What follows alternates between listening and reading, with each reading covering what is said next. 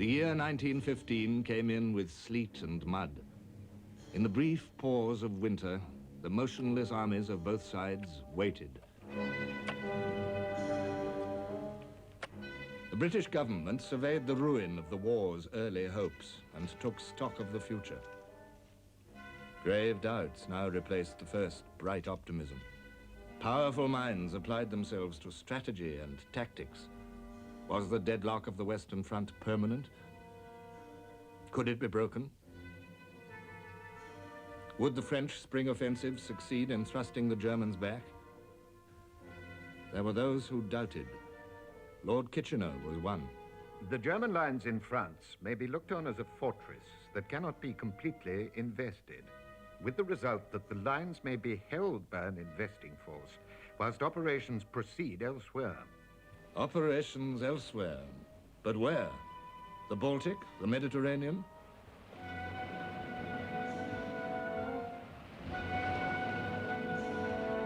In the first days of August 1914, the German cruiser Breslau and the new fast battle cruiser Goeben had been in the Mediterranean. 16 British warships closed in on them. To escape capture, the German vessels raced towards Turkey, a neutral state, but a neutral with pro-German sympathies. Germany offered the two ships to the Turkish Navy. Their commander became a Turkish admiral. Already the chief of staff of Turkey's army was a German, with another German general in charge of training. Under a figurehead sultan, Turkey was ruled by Enver Pasha. His power was absolute, but dependent on German support. His ambitions were grandiose. In October 1914, Enver Pasha had permitted the Goeben and the Breslau to enter the Black Sea, to shell Russian ports and sink every ship in their path.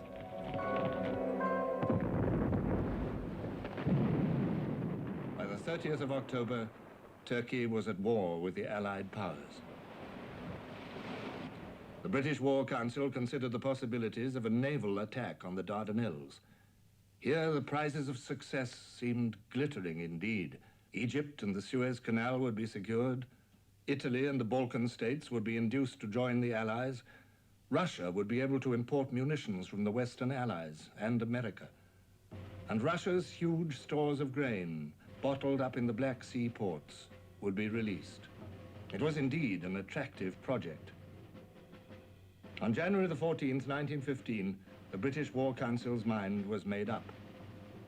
The Admiralty should prepare for a naval expedition in February to bombard and take the Gallipoli Peninsula, with Constantinople as its objective. The naval attack opened on the 18th of February, 1915. For the next 2 weeks, the British and French fleet attempted to destroy the forts guarding the Dardanelles. Hampered by bad weather, they still made useful progress. Marines and bluejackets went ashore, blew up abandoned guns and wrecked Turkish emplacements.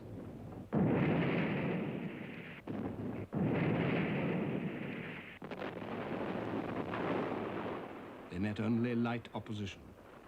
The task seemed easy. The greatest satisfaction was expressed at the Admiralty, and I found myself in these days surrounded by smiling faces. Unexpected difficulties now arose. Forts, apparently silenced, came to life again. New Turkish guns appeared.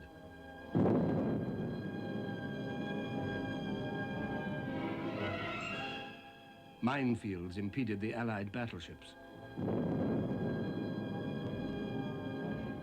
The unarmed trawlers trying to sweep the mines were driven off by gunfire. Doubts about the Navy's ability to finish the job alone began to grow. In London, Lord Fisher, First Sea Lord, said, "The Dardanelles, futile without soldiers. Someone will have to land at Gallipoli some time or other." But where were the soldiers to be found? Lord Kitchener, weighing the demands of the Western Front, faced a difficult decision. There were troops in Egypt, the Anzacs, the Australian and New Zealand Army Corps, Indians, British territorials. Half-trained, ill-equipped, they were not yet an army. Something more had to be added, a regular division. There was only one left, the 29th, and it was already promised to the Western Front. Reluctantly, Kitchener agreed to release the 29th to Gallipoli. The French government also offered a division. That made 70,000 men ready for action. As Commander-in-Chief, Kitchener appointed his friend Sir Ian Hamilton, a general of great distinction, for whom the war had not yet found a role. Kitchener told him, "We are sending a military force to support the fleet now at the Dardanelles, and you are to have command. If the fleet gets through, Constantinople will fall of itself, and you will have won not a battle, but the war." On the 18th of March, Hamilton watched the Navy deliver its final assault on the Narrows, the strip of water 8 miles long, sometimes less than a mile wide, which was the gateway to Constantinople.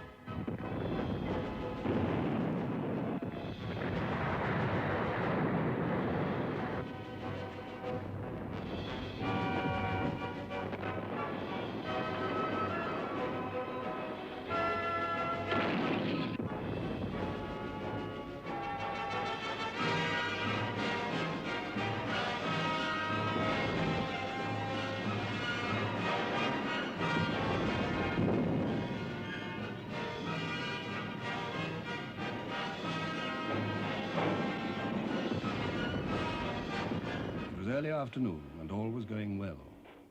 Suddenly, the French battleship Bouvet blew up with an immense explosion and vanished within 2 minutes, taking with her nearly 700 men. By the end of the day, 3 Allied battleships had gone down. 3 more were severely damaged by mines and gunfire. The action was called off. The fleet retired from the straits. The Turkish gunners, down to their last few rounds of ammunition, waited for the fleet to return. In Constantinople, the government prepared to abandon the capital. And then, as the days passed and the Allies failed to appear, a fierce exultation seized the Turks. Enver Pasha crowed with confidence. "I shall go down in history as the man who demonstrated the vulnerability of the British fleet." Now Turkish blood was up, and the Turks turned in a fury of revenge on the aliens in their midst, the Armenians. There were 2 million Armenians in Turkey, Christians in a Muslim country. Christians, furthermore, whose homeland lay partly in Turkey, partly in Russia. Potential traitors in Turkish eyes, and tribal enemies for centuries past. In the weeks, 750,000 Armenians, men, women, and children, were savagely exterminated.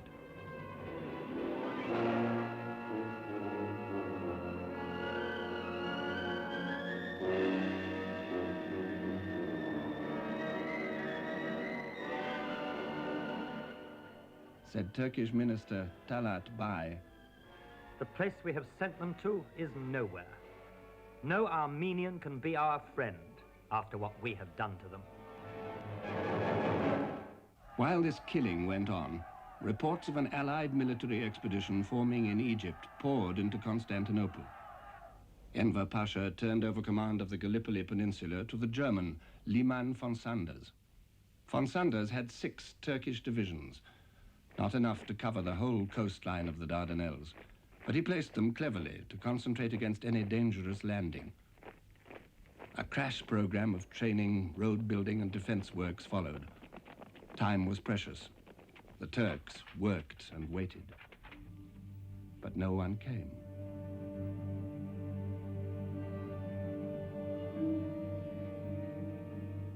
Back in Egypt, the new expeditionary force struggled against disorganization and muddle. Everything had to be improvised.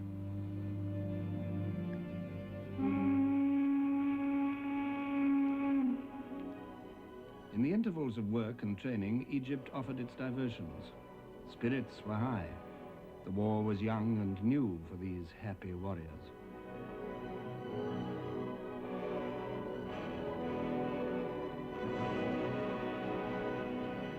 Hamilton decided to confront von Sanders with 6 simultaneous landings. At the same time, 2 diversions would add to the Turks' confusion.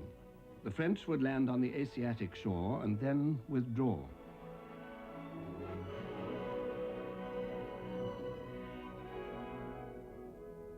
and a mock assault would be made on the neck of the peninsula at Boulogne by the Navy. The moment drew near. The excitement of the adventure ahead seized the minds of men. Rupert Brooke, the poet turned soldier, expressed the universal feeling. I suddenly realized that the ambition of my life has been to go on a military expedition against Constantinople. Oh, God, I've never been so happy, I think. Like a stream flowing entirely to one end. But Brooke fell sick and died before the expedition sailed. As the great armada pulled away amid a tumult of cheering from the troop ships towards the battlefields of classical antiquity and the Golden Horn beyond, Sir Ian Hamilton wrote in his diary, Almighty God, watchman of the Milky Way, shepherd of the golden stars, have mercy upon us, smallest of the heavenly shiners. Our star burns dim as a corpse light. The huge black chasm of space closes in. If only by blood, thy will be done. En avant, at all costs. En avant.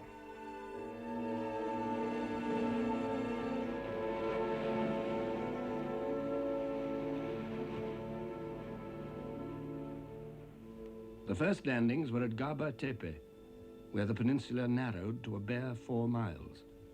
At 4 a.m. on April the 25th, the boats cast off from warships and troopships, bearing their loads of soldiers towards the dark and hostile shore.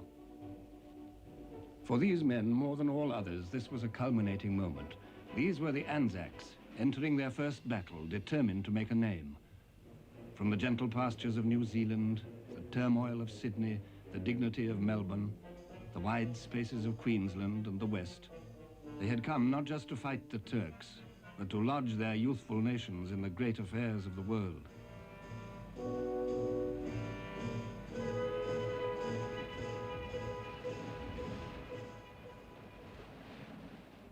It was pitch dark. Then all of a sudden, a dim outline of the coast loomed up. As we got closer, we were all getting tensed up now and nervous, wondering what was going to happen as everything was so quiet. Then a single shot rang out and a yellowish light flared up in the sky. From then, everything was let loose. Machine gun and rifle fire directed at the boats. The pinnaces cast us off. The muddled oarsmen took up the row. We were rowed ashore. As soon as the boats grounded, it was every man for himself. It was out. As we scrambled ashore, those who were lucky enough to get there, we found what cover under the cliff we could. As we lay there for a few moments, gathering our wind, we slipped off our pack, fixed our bayonets, and someone in the crowd, there was no officer, no one in charge. The order was, right lads, after the bastards.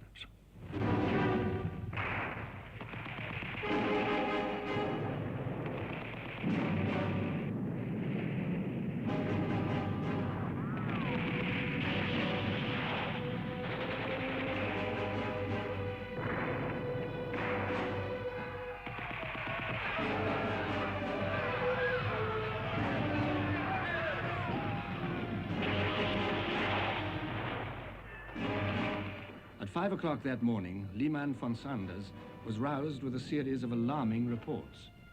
The Allies had arrived. Von Sanders galloped off to Boulogne. There he remained all day, waiting for the landing that never came. The first diversion was a complete success. So was the second. The French landed easily on the Asiatic coast and took 500 prisoners before they withdrew.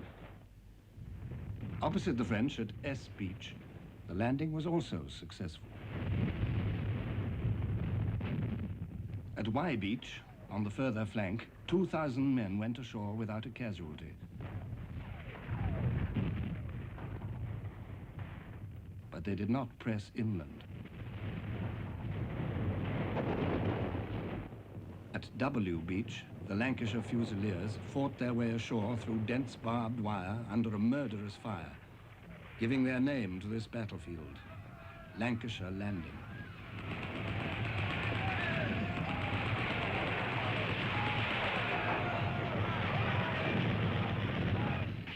evening, they had linked up with the men at X Beach, further north. But the high drama of the day was elsewhere. At 6 a.m. on the 25th of April, the naval bombardment lifted over V Beach, and a floating Trojan horse neared the tip of Cape Helles. In broad daylight, the collier SS River Clyde, with 2,000 troops aboard, grounded herself gently offshore. Doors opened in her side, ramps came down. Dublin and Munster Fusiliers poured forth. Seconds later, 20 small boats loaded with more Fusiliers scraped the sand beside her. It was very quiet. But the Turks were ready. Well, they opened up on the shore. And they was firing not only machine guns, rifle fire, they had these nice little pom-pom shells, all nice painted colours, beautiful things. And they was hitting off at the side of the ship and ripping the people to pieces. And even the bullets, if they missed you, was hitting the ship and going and tearing pieces out of them. 3.5 hours later, barely 200 men were ashore, and these were trapped in a small area of safety beneath a low sandbank. The brigadier was dead. The survivors crouched behind the plates of the River Clyde and waited for nightfall.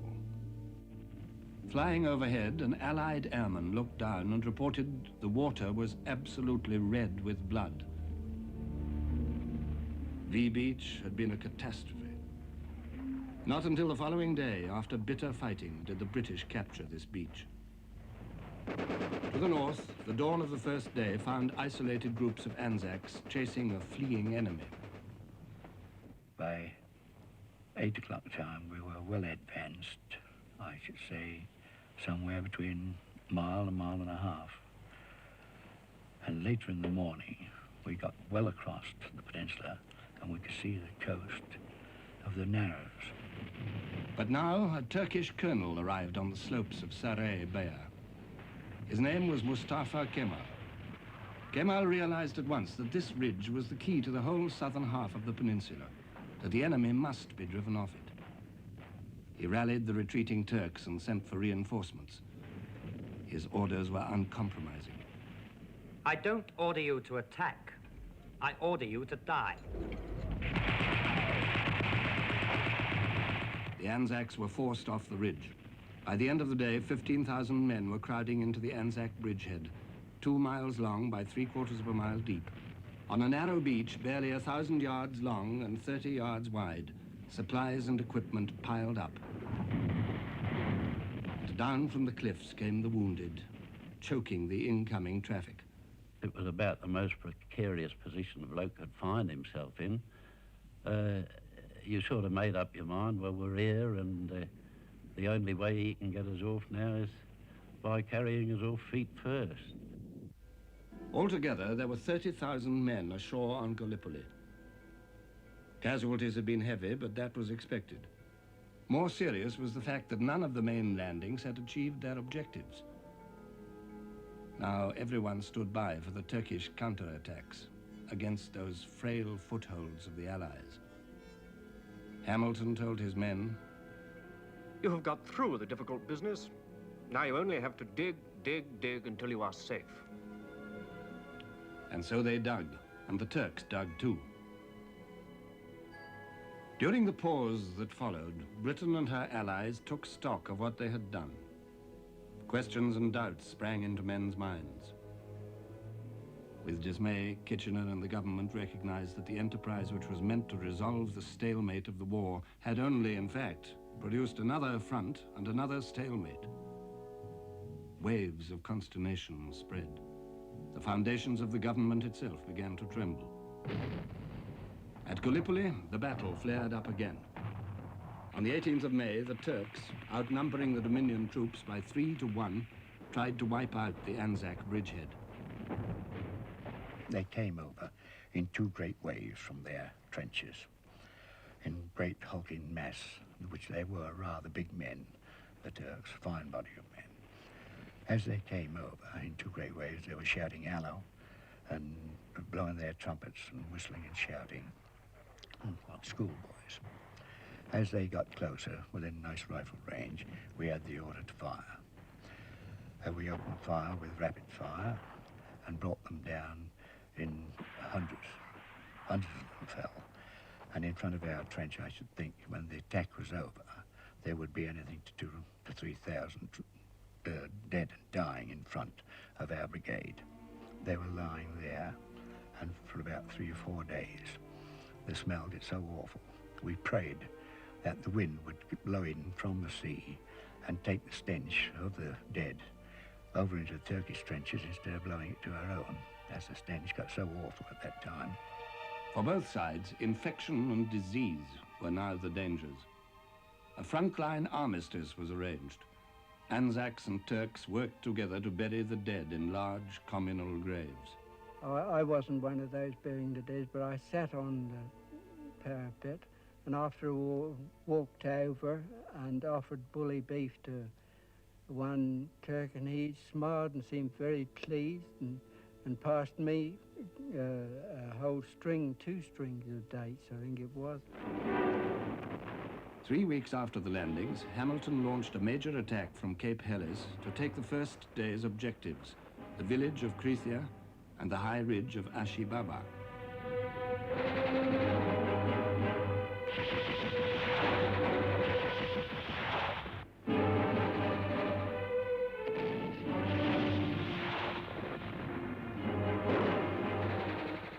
The attack failed. By the end of May, Hamilton's British casualties alone totaled 38,000 men, and he cabled London for more troops, more ammunition. Touring the Anzac bridgehead at that time, Hamilton saw men staggering under huge sides of frozen beef, men struggling up cliffs with kerosene tins full of water, men digging, men cooking,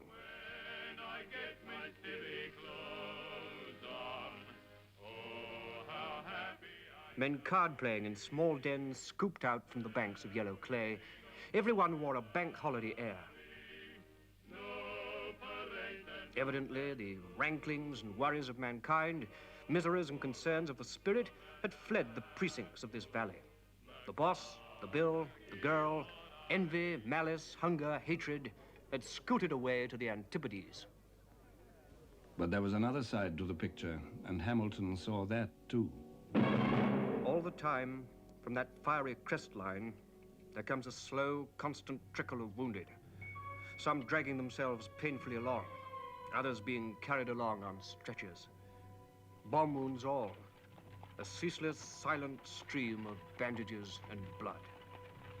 Yet 3 out of 4 of the boys have grit left for a gay smile or a cheery little nod to their comrades, waiting for their turn as they pass down on their way to the sea.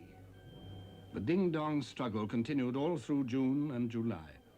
By the 1st of August, each side had lost 57,000 killed and wounded. Each battle held its nightmare of shadeless heat and dust and death.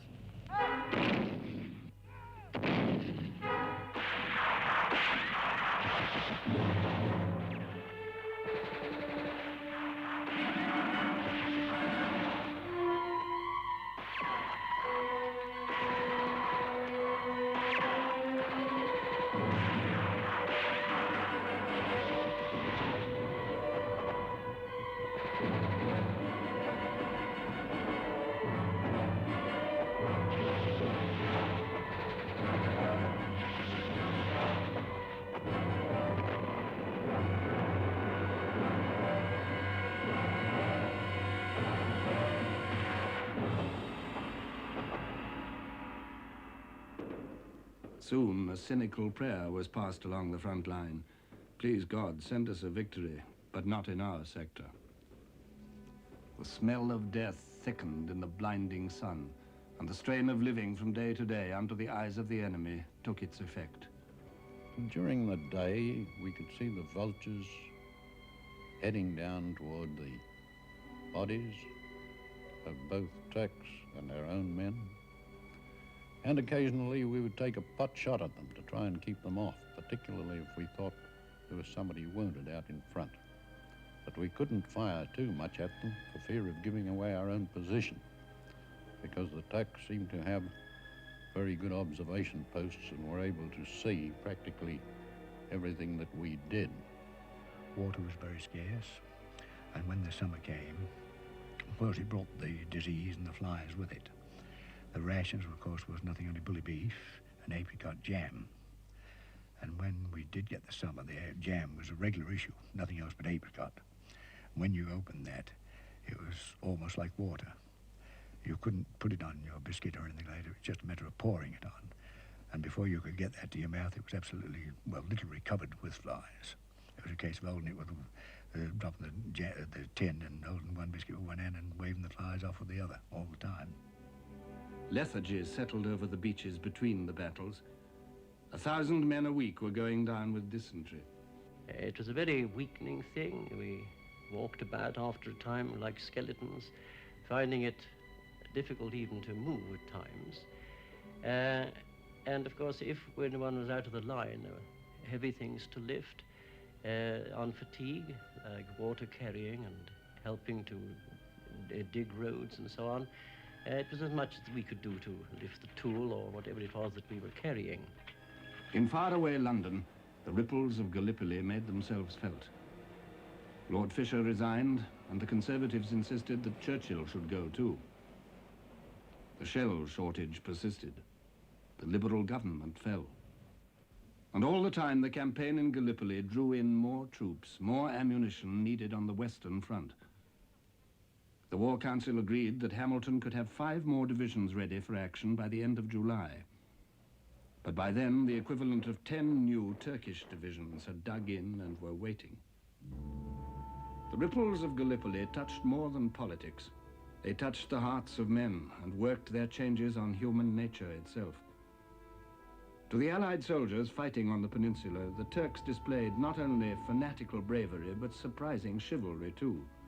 The half-affectionate nickname, Johnny Turk, was born. The Turkish soldier was very highly regarded by me and all the men on our side.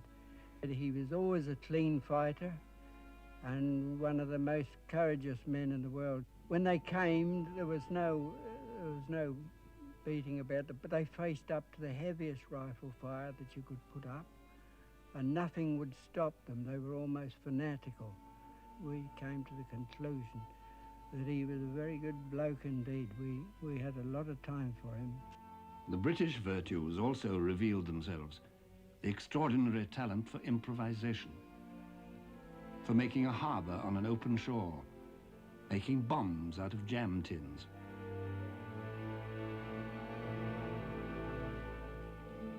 Turning a hole in a gully into a little bit of a home, making a barrage without enough guns or shells.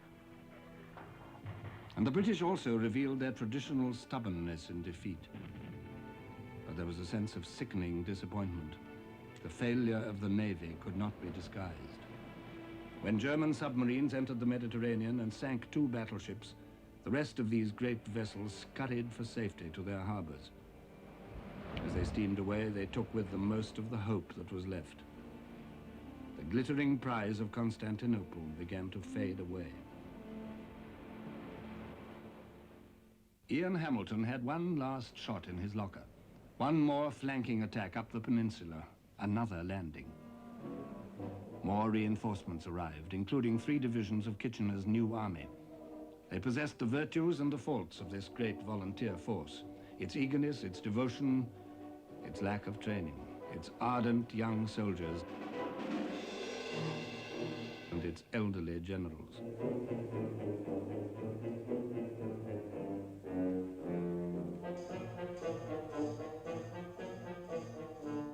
On August the 6th, the new army divisions landed at Suvla Bay in front of a dried-up salt lake.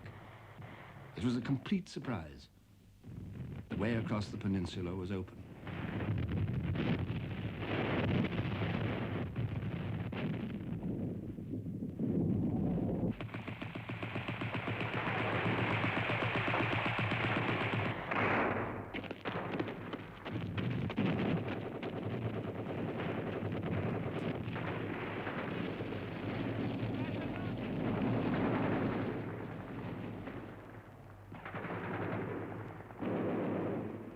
the untrained soldiers and their bewildered leaders failed to push on.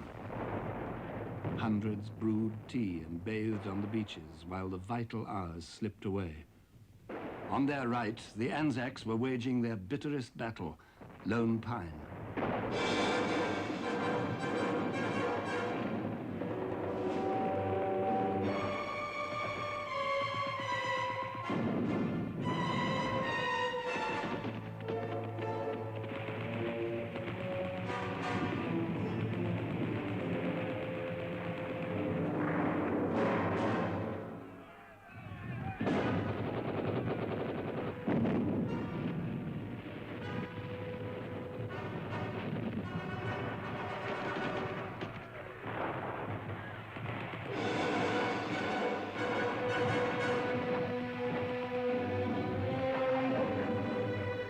The fighting went on for 2 days.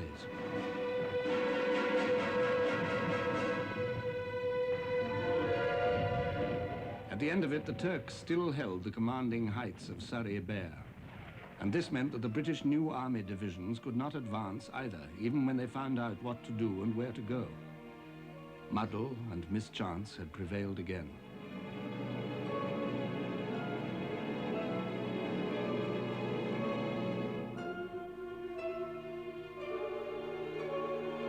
The expedition was still blocked. This was the end of hope. Ian Hamilton wrote, "An ugly dream came to me last night. I was being drowned, held violently under the Hellespont. For hours afterwards, I was haunted by the thought that the Dardanelles were fatal, that something sinister was afoot, that we, all of us, were pre-doomed." Yet for weary months, the armies stayed.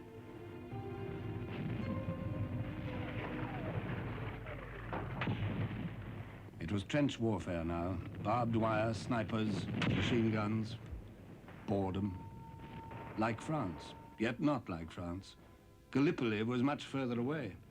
No one who went there ever came home on leave. From Dover to Calais, 22 miles. From Dover to Cape Helles, 3,000 miles. On Gallipoli, in 37 weeks, 31,000 Allied soldiers were killed, 73,000 were wounded, 93,000 went sick. For the wounded and sick, there were the fly-blown casualty clearing stations.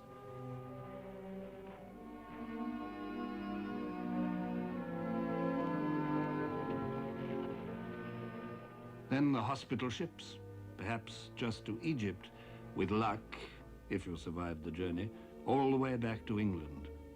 In September, in one Anzac battalion, 78% were suffering from dysentery, 5% from weak hearts. Men developed a sharp appetite for the smaller things. Bathing in the sea became an inexpressible joy. To get away from the flies, wash off the dirt and dust, to feel cool again. One said, in some ways, it was a curiously happy time. In October, Ian Hamilton was recalled. His successor, General Munro, arriving from the Western Front, toured the beaches and came to a swift decision. The peninsula must be evacuated. Winston Churchill said, "He came, he saw, he capitulated." But there was no escaping facts. Kitchener went out to Gallipoli to see for himself. His conclusion was, "Well, I've seen the place. It's an awful place, and you'll never get through." So the bitter decision was reached. Evacuation. But Gallipoli had one last extraordinary trick to play on the defeated Allies.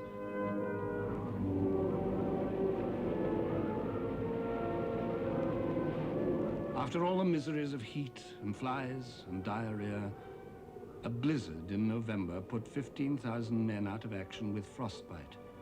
It was the worst storm for 40 years.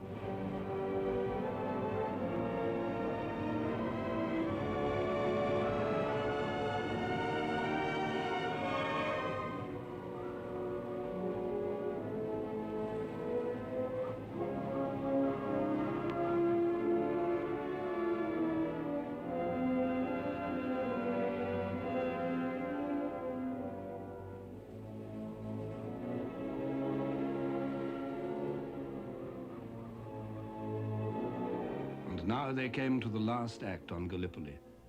120,000 men, thousands of animals, hundreds of guns. What would become of them all? The evacuation plan was a masterpiece. Ironic success in the midst of utter failure.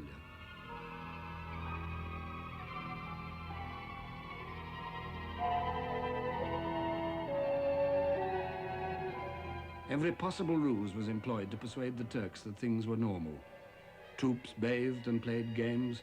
Reliefs and ration parties went on with empty boxes. Automatic devices fired rifles sporadically along the emptying trenches.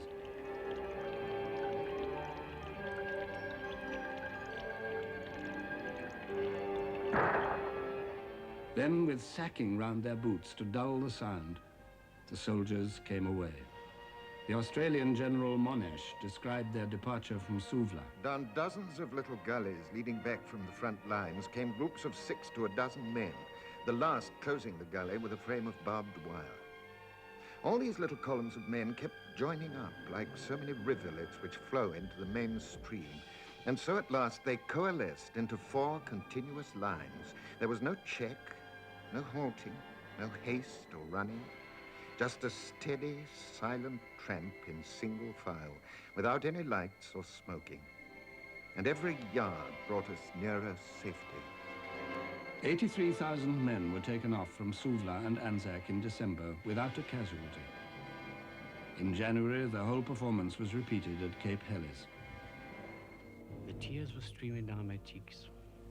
I just couldn't restrain them. My eyes were smart, and I think I walked for the rest of the way with my eyes closed. I knew it so well, and I couldn't go short. I was in a trench. As we got further from the line, near an backhouse post, I remembered the advance we had on May the 6th, when more of my pals, Peter was a Warren, young Yates. I could even hear young Orton crying for his mother as he died. I remember Colonel Quilter, great big chap, straight as a poker, guards officer. I remember him leading the advance and going to his death armed with a huge walking stick. He told us before we landed, when we were on the boat, that the eyes of the world would be upon us. Well, the eyes of the Turks certainly were. And so were the rifles. But the rest of the world seemed to have forgot us. And another said, as he set off towards the boats, I hope they won't hear us going down to the beaches.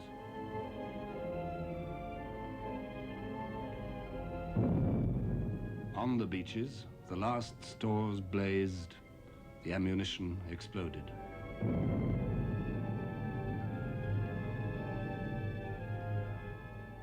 The great adventure was over. The war went on, mounting to new ferocity. No rest for the gaunt survivors. Rest only for the unforgotten dead.